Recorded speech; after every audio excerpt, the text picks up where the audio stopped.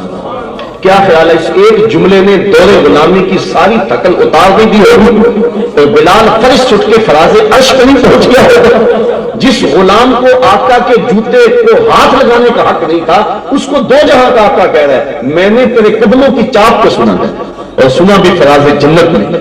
اور اسی تعلیم کا نتیجہ تھا کہ حضرت بلال حبشی رضی اللہ تعالیٰ عنہ جب داریہ سے واپس آئے امیر المومنین حضرت عمر فاروق کے دور میں، تو وہ مسجد سے باہر نکل کر استقبال کرتے ہیں اور کالے رنگ کے ہاتھ کو چوم کر آنکھوں سے لگایا اور کہا یا بلال انت سیدنا. بلال لوگ تجھے غلام کہیں، ان کی مرضی، میرا تو آقا لگتا ہے.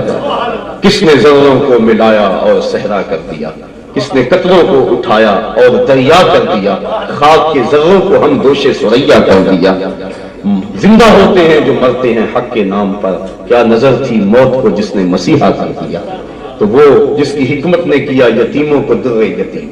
غور تو کرو، معاشرے کی ان پامال قدروں کو میرے آقا نے زندگی بخشی اور ہر شخص کو اس کا حق دیا. یہ ہماری شریعت کا مزاج ہے. بیوہ کے سامنے اپنی بیوی سے پیار نہ کرو، غریب کے سامنے اپنی دولت کی نمائش نہ کرو، بلکہ میرے آقا نے فرمایا اپنے گوشت کی خوشبو سے ہمسائے کو تکلیف نہ دو. یا تو تھوڑا سا پانی زیادہ ڈال لو، شوربے کی ایک پیالی ہمسایوں کے گھر بھیج دو. اور اگر ایسا نہیں کر سکتے تو ایسے زاویے اور وقت میں پکاؤ کہ ہمسائے کے بچوں کو تکلیف نہ ہو. وہ کیا کسی نے کہا تھا نا، دوپہر کو سلا دیتی ہے بچوں کو وہ اس ڈر سے گلی میں پھر کھلونے بیچنے والا نہ آ جائے. لیکن کبھی ہم نے اس نقطۂ نظر سے دیکھا، ہم نے کبھی ان زاویوں سے سوچا؟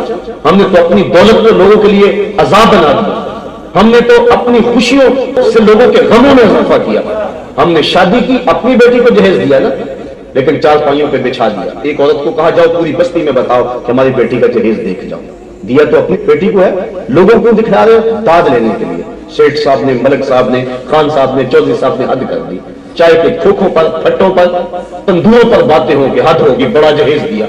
اور بیٹیاں جہیز دیکھنے کے لیے آئیں، تم نے تو داد لے لی، گلی گلی بات ہوئی. لیکن یہ کسی نے نہ سوچا کہ جو بچیاں جہیز دیکھنے آئیں ان میں یتیم بیٹیاں بھی آئیں. سلیقہ شعار ہے، خوبصورت ہے، پڑھی لکھی ہیں، لیکن ان کا رشتہ کوئی قبول نہیں کر رہا. تمہارے ترقوں کے حساب سے جہیز جب ان بیٹیوں نے دیکھا جو زخم ان کے کلیجے آیا، اس کا مداوع کس کے پاس ہے؟ تارا ٹوٹتا سب نے دیکھا، یہ نہ دیکھا ایک نے بھی، کس کی آنکھ سے آنسو ٹپکا، کس کا سہارا چھوٹ گیا.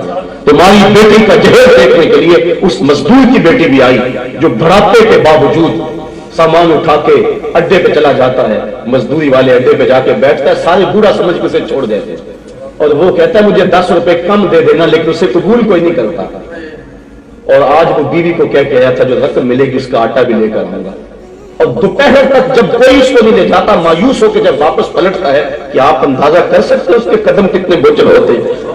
اور گھر کی دہلیز عبور کرنا اس کے لیے پل صراط عبور کرنے کے مترادف ہوتا ہے. وہ اپنی بیوی کی آنکھوں سے آنکھیں نہیں ملاتا جب اندر جاتا ہے. اور اندر کپڑے سی سی کے اپنے جہیز تیار کرتی ہوئی بیٹیاں جب اپنے باپ کو یوں خالی آتا ہوا دیکھتی ہیں تو جو زخم اس کے کلیجے میں لگتے ہیں یہ الگ دکھڑا ہے، میں اس کو الفاظ کا جامع نہیں دے سکتا.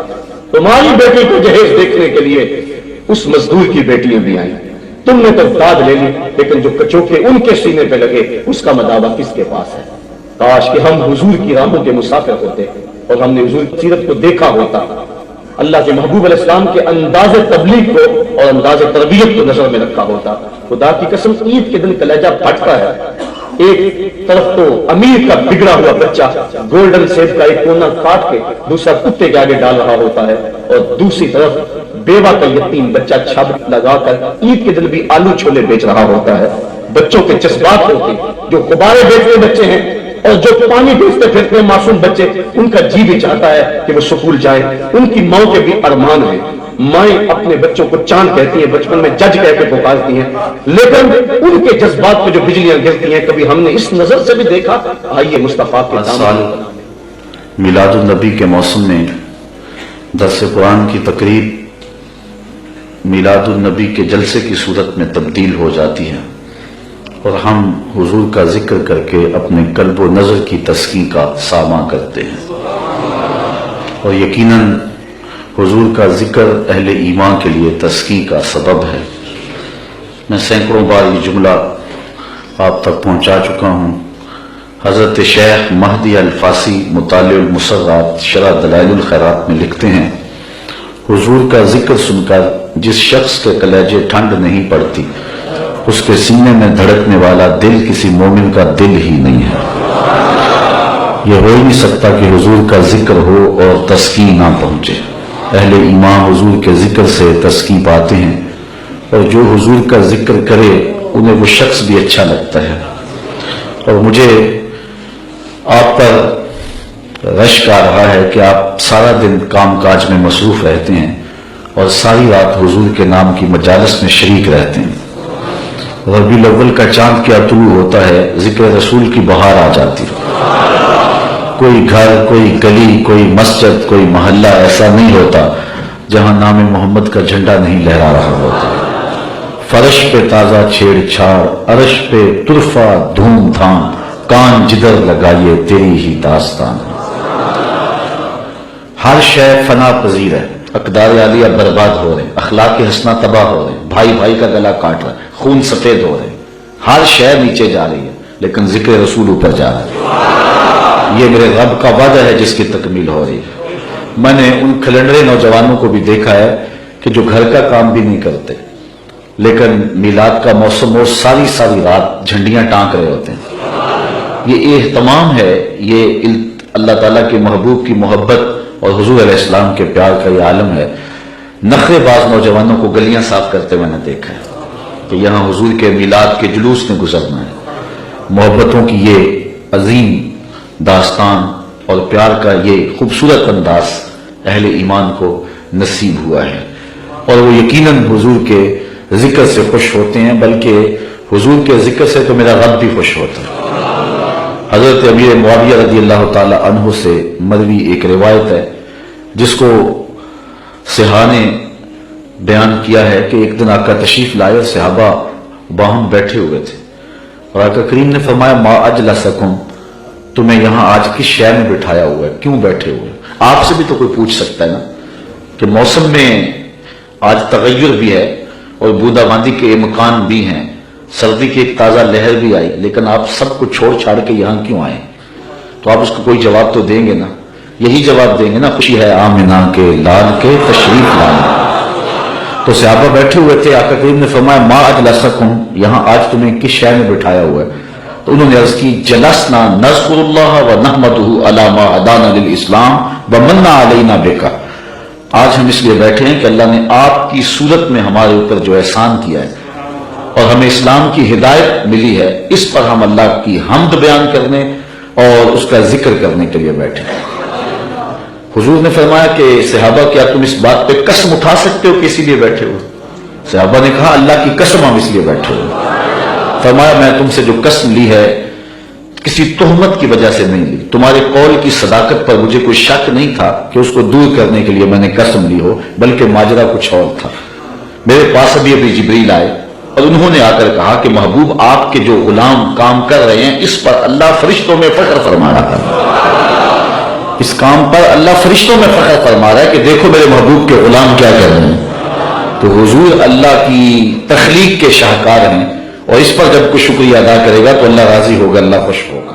2 مارچ 1945 میں پشاور میں ایک جلسہ عام میں خطاب کرتے ہوئے قائد اعظم محمد علی جناح نے فرمایا کہ جس طرح ہمارا انگریزوں سے کوئی تعلق نہیں، اسی طرح ہمارا ہندوؤں سے بھی کوئی تعلق نہیں ہے، اور یہ آپس میں متحد بھی ہو جائیں پھر بھی ہماری ان دونوں کے ساتھ جنگ رہے گی، اور ایک الگ مملکت اور الگ وطن کا مطالبہ کیا۔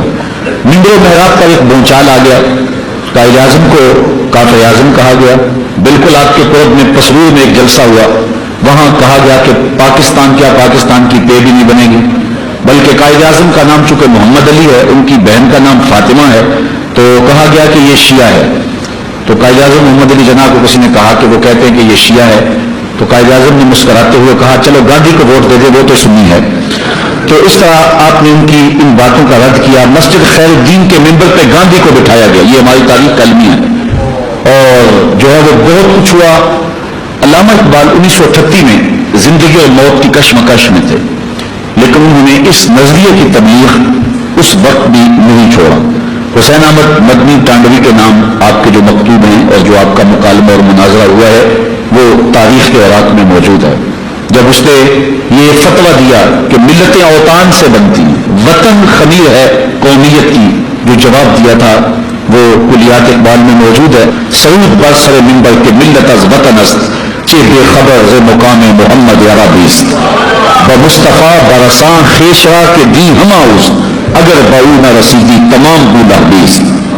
اقبال نے کہا تھا کہ میں تو سمجھا تھا کہ یہ قرآن و حدیث پڑھنے اور پڑھانے والے دین کے مزاج سے آشنا ہوں گے، لیکن یہ جو فتویٰ داغا گیا ہے کہ ملتیں اوطان سے بنتی ہیں، اس سے سمجھ آ گئی کہ ان لوگوں کو ابھی حضور کے مقام سے خبر ہی نہیں ہوئی ہے۔ اور پھر اقبال نے جو دلیل دی دیکھیے کتنی خوبصورت ہے۔ اقبال کہتا ہے اگر ملتیں اوطان سے بنتی ہوتی، وطن کی مٹی سے ملتیں مارز وجود میں آتی ہوتی، تو اقبال کہتا ہے کہ پھر ابو لہب سے کیا اختلاف تھا، وہ تو رشتے میں سکا چچا لگتا تھا، وطن بھی وہی تھا، دیش بھی وہی تھا، مٹی بھی وہی تھی، آب و ہوا بھی وہی تھی، ابو جہل سے کیا اختلاف تھا۔ لیکن کہا گیا لکم دینکم ولی دین، تمہارا دین تمہارے لیے، میرا دین میرے لیے۔ تو یہ دو قومیتیں جو الگ الگ جو ہے وہ مارز وجود میں آئیں، یہ وطن کی بنیاد پر نہیں آئی تھی، یہ دین اور اعتقاد کی بنیاد پر مارز وجود میں۔ ایک طرف سکا چچا ہے، اس کو کہا تیرا میرے سے کوئی تعلق نہیں، اور دوسری طرف فارس سے آیا سلمان فارسی، سینے سے لگایا، کہا سلمان منا اہل البیت، لوگوں سن لو سلمان میرے اہل بیت سے ہے۔ اس کا نسب اور تھا، اس کا رنگ اور تھا۔ بمبئی میں قائد اعظم خطاب کر رہے تھے، ایک ہندو صحافی اٹھ کے کھڑا ہو گیا، اس نے کہا آپ دو قومی نظریے کی بات کرتے ہیں، ہندوستان کو تقسیم کر رہے ہیں، ہمارے دو اجداد ایک تھے، بعد میں کچھ لوگ آئے عرب سے، انہوں نے ان کے نظریات بدل دیے اور مسلمان ہو گئے، لیکن ہمارے باپ دادا پر دادا تو ایک ہی ہیں، لہذا آپ ہم کو تقسیم کر رہے ہیں، خون تقسیم کر رہے ہیں، وطن تقسیم کر رہے ہیں، مٹی تقسیم کر رہے ہیں۔ اس نے بڑے زوردار لہجے میں قائد اعظم سے گفتگو کی۔ اللہ تعالیٰ نے شخص کو بڑی مصیبتیں عطا فرمائی تھی، اور اللہ تعالیٰ جل شانہ نے پھر ان کے ذریعے یہ بہت بڑا کام دیا۔ لوگ کہتے تھے دیوانے کا خواب ہے، ہو ہی نہیں سکے گا، لیکن پھر اللہ تعالیٰ نے کر کے دکھایا۔ تو قائد اعظم نے خاموشی اختیار کی، کوئی جواب نہیں دیا اس کا۔ تھوڑی دیر کے بعد کہا مجھے پیاس لگی ہے، تو کسی شخص نے